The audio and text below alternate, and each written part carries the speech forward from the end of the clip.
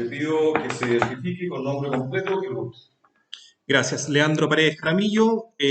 RUT 15.926.353-3, en representación de la Fundación Poder, Política y Derecho de acá de la región de Los Ríos.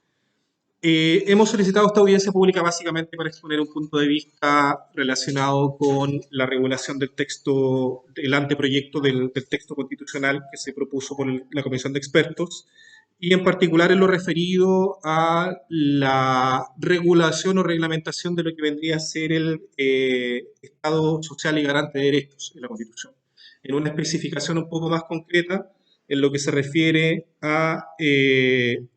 la regulación del derecho a la seguridad social, donde aparte de los aspectos que nosotros queremos exponer y colocar en disposición del Consejo Constitucional, es sugerir algunas observaciones que tienen que ver con artículos específicos que voy a ir mencionando. A ver, el texto del borrador de la nueva Constitución elaborado por la Comisión Experta en lo que se refiere a seguridad social se regula en el artículo 17, número 22.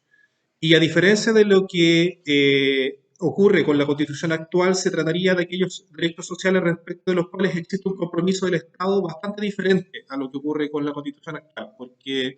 eh, evidentemente que a nuestro parecer, y es un asunto que está debatiendo en este momento el Consejo Constitucional, hay una incompatibilidad entre la comprensión de un carácter subsidiario del Estado con comprender al Estado como un Estado social y garante de derechos. Evidentemente que eso es un asunto que se debate políticamente, también jurídicamente, pero en nuestro parecer hay una incompatibilidad nutridamente sustentada en la literatura y a lo largo de la historia de distintos países respecto de que no es compatible un Estado subsidiario junto con un Estado social y garante de derechos. Entonces, la relación que tiene lo relativo a la seguridad social con el Estado social y democrático de derecho es una relación muy central, al igual que todo el resto de la reglamentación de derechos sociales.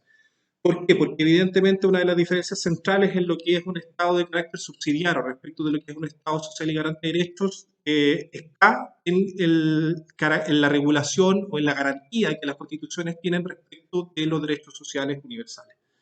Y en ese sentido, al definirse el artículo 1 del borrador de que Chile se organiza como un Estado social y democrático de derecho, el tratamiento normativo se enmarca dentro de este nuevo carácter del Estado que por lo tanto no pudiera llevarnos a la misma situación que tenemos con la Constitución de 1980.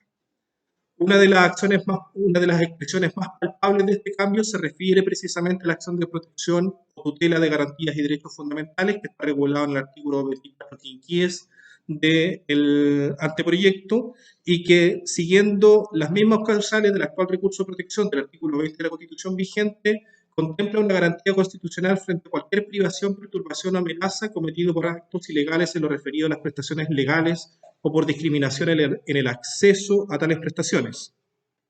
Cabe hacer presente que esta posibilidad de recurrir a la Corte de Apelaciones competente solo se restringe a actos ilegales y no incluye la hipótesis de actos arbitrarios, como sí se contempla para los demás derechos fundamentales que no son derechos sociales. Esto se sustenta, y a nuestro parecer del todo lógico, se sustenta en el límite que adquiere el Estado en el rol de promoción del desarrollo progresivo de los derechos sociales, pero con sujeción al principio de responsabilidad fiscal del artículo 1. Que ese es un asunto que se lo hemos manifestado a algunos consejeros constitucionales, porque se introduce en la reglamentación del anteproyecto el principio de responsabilidad fiscal, que vendría a ser una suerte de estándar o medida que permite proyectar la garantía de derechos sociales universales, pero también podría traducirse en una constricción de la garantía de derechos sociales universales, porque de una u otra manera se traduce en una suerte de condicionante para que precisamente los derechos sociales pudiesen ser garantizados de manera universal en nuestro país. Entonces, a nuestro parecer es algo que le hemos sugerido a algunos, que es una debilidad del texto, la regulación sobre el principio de responsabilidad fiscal, que además hoy en día en nuestro país es un principio que no tiene una consagración legal explícita, tiene fundamentalmente una recepción en lo que se refiere a la regulación del Banco Central y otros aspectos que maneja la Dirección de Presupuesto en Hacienda. Pero ahora se le da una preponderancia muy importante y que es el rango constitucional. Entonces, a nuestro parecer, creo que esa idea de responsabilidad fiscal es una oportunidad también para darle una definición un poco más clara y un poco más nítida. Un ejemplo de eso, por ejemplo, es lo que tenemos actualmente con la regulación de la gratuidad universal en educación superior, donde se aterriza la responsabilidad fiscal a criterios un poquito más palpables que son el PIB tendencial. Es muy compleja la regulación de cómo se expande la gratuidad universal en la ley de educación superior, pero a nuestro parecer quizá eso es algo que pudiera explorarse en materia constitucional. De otra manera, va a quedar sujeto, por supuesto, a los operadores jurídicos, a los distintos órganos de interpretación constitucional, en lo que va a significar al final de cuentas este principio de responsabilidad fiscal. Pero de una u otra manera, a nuestro parecer, esa regulación es una regulación que debería trabajarse un poquito más, porque al ser tan decisiva, al tratarse de un elemento que pueda expandir la garantía de derechos sociales universales o restringirla, va a ser necesario que sea un poco más claro en el texto constitucional. Por otro lado, el Estado, también el artículo 24 indica que el Estado deberá adoptar medidas adecuadas para realizar los derechos a la salud, a la vivienda, al agua y al saneamiento y, lo que nos importa en esta audiencia, el derecho a la seguridad social. Y a la educación atendiendo a, no los voy a leer, pero a la larga son 2, 4, 6 criterios que tiene que tender de una u otra manera la garantía de derechos sociales en materia de seguridad social. Finalmente, el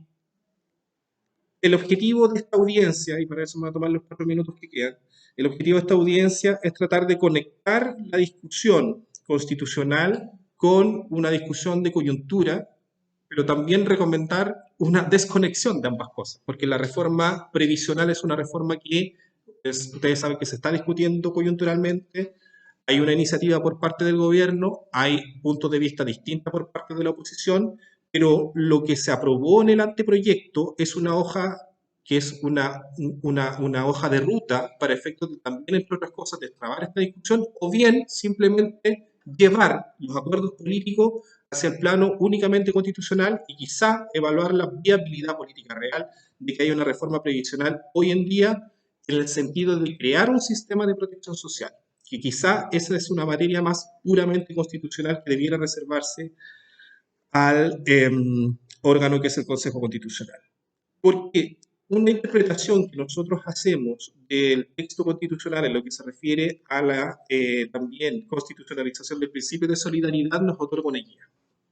Es decir, el anteproyecto no es que simplemente le otorgue al legislador la posibilidad de hacer una ley sobre protección social y la reglamentación del derecho a la seguridad social, sino que también la manera en cómo se establece el principio de solidaridad. Hay una base constitucional para que exista un sistema de pensiones que sea fundamental y centralmente solidario, y no puramente de capitalización individual como lo que tenemos hoy en día.